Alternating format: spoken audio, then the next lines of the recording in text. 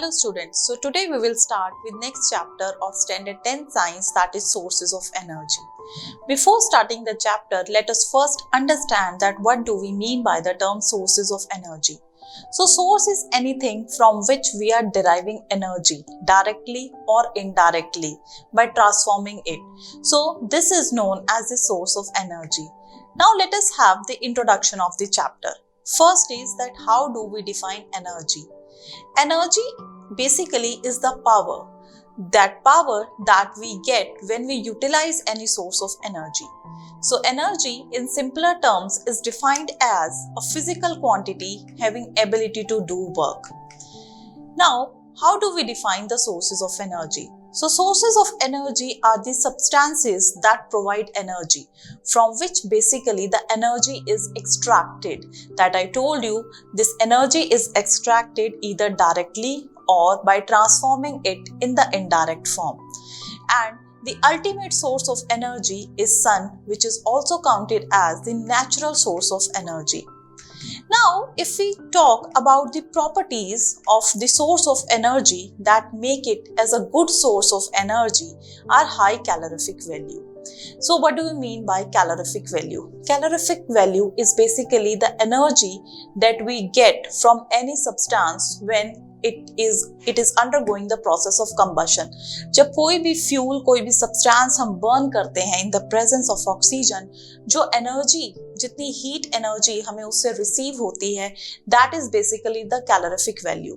जिस सोर्स की, जिस फ्यूल की जितनी हाई कैलोरिफिक वैल्यू होगी, वो जो फ्यूल है that is counted as the best fuel. जितनी ज्यादा हाई कैलोरिफिक वैल्यू उतना ही अच्छा जो है वो फ्यूल है. क्यों? रीजन भी क्योंकि जो जितनी हाई कैलोरिफिक वैल्यू है दैट मीन्स वो उतनी ही ज्यादा हीट एनर्जी जो है वो प्रोड्यूस कर रहा है जब वो बर्न हो रहा है. So a good source of energy जो है it is always having a high calorific value. Next is that it is convenient to transport, store and use. एक गुड सोर्स ऑफ एनर्जी जो होता है उसे ईजी होता है कैरी करना, ट्रांसपोर्ट करना और स्टोर करना. So that is also a property of good source of energy. Another important property is economical. That means it is not too costly, not too cheap. That means a person can afford that. So a good source of energy is economical, means that it is not heavy on your pockets and it has a proper ignition temperature. So here how we define ignition temperature. Ignition temperature is defined as the minimum temperature that is required by the substance to start burning. So a good source of energy have a proper ignition temperature. It is not like that it takes too much of the time to start burning. And also, very importantly, a good source of energy do not cause any environment pollution. That means it is friendly to the environment. It must be eco-friendly. It should not raise the pollution levels in the environment. So these are the certain properties that a good source of energy must have. Let us talk about the sources of energy. There are basically two types of sources of energy. First is conventional and second is non-conventional. Conventional sources of energy are those sources of energy which are known to the people from traditional times, and these sources of energy are non-renewable. Whereas non-conventional sources of energy are renewable sources of energy. If you see the picture, we can see the example of non-conventional sources of energy, solar energy and wind energy. And we say that solar energy and wind energy are renewable sources of energy. Whereas the examples of conventional sources of energy that are non-renewable sources of energy include coal and LPG. So these sources of energy are divided as conventional and non-conventional sources, and the examples of conventional sources of energy include coal, petroleum, natural gas and electricity. Whereas solar energy, wind power, biogas, tidal energy, geothermal energy that we are getting from the earth, from the heat of the earth that is generated because of the heat of the earth, these all are counted as non-conventional sources of energy.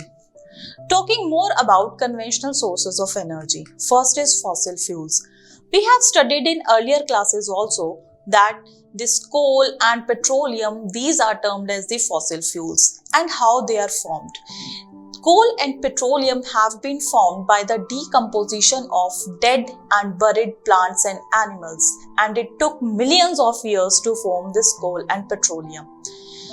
When these fossil fuels are used again and again and without a proper way, then these fossil fuels can come to an end, and there can come a situation when these fossil fuels will not be available for the future generation. So it is said that we should use these fossil fuels judiciously. That means we should fulfill our requirement also, but we should use different sources of energy so that these fossil fuels can be saved and they are available for the future generation also. So, coal, petroleum, these are developed from fossils. Fossil means dead plants and animals. They are present in limited amount and therefore should be used very judiciously. These sources of energy, if we talk about coal, petroleum, these sources of energy which are termed as fossil fuels, they cause pollution. They increase the pollution levels when they are burned. जब भी coal और petroleum, even you have seen, जब भी petroleum जो है, diesel जो है, जब भी वो कार में fuel जो है burn होता है, जो एक smoke जो है वो कार में से release होती है, that is causing air pollution. So ये जो fossil fuels होते हैं, when they are burned, they cause pollution. And they release different oxides which cause acid rain. Different oxides जो हैं वो हमारे एटमॉस्फेयर में एंटर कर जाते हैं, और ये ऑक्साइड्स जो हैं जब अपर एटमॉस्फेयर में वाटर के साथ कंबाइन होते हैं तो ये एसिड बना लेते हैं, और जो रेनफॉल उसके बाद होती है that is termed as acid rain. Acid rain जो है it is harmful for the monuments also and for the living organisms also. Taj Mahal जिसको हम बोलते हैं मार्बल कैंसर, ताजमहल का जो कलर है मार्बल का वो चेंज हो रहा है, it is because of the acid rain only.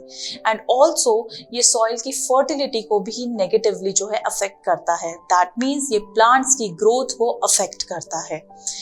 Excessive release of carbon dioxide causes global warming also. Global warming, we all know that what is global warming? Global warming is basically the increase in the average temperature of the earth. अर्थ का जो temperature है वो increase होता जा रहा है and it is having a detrimental effect. अब ये किस वजह से इंक्रीज हो रहा है? It is only increasing because of the high levels of the carbon dioxide gas. और ये कार्बन डाइऑक्साइड गैस हमारे एटमॉस्फेयर में बढ़ने का रीजन क्या है? This carbon dioxide gas is released as a by product from the burning of these fossil fuels. And again the deforestation is there. अब deforestation होता जा रहा है तो ये जो कार्बन डाइऑक्साइड है इसको एब्जॉर्ब करने के लिए प्लांट्स जो हैं वो सिर्फ एक ही सोर्स थे.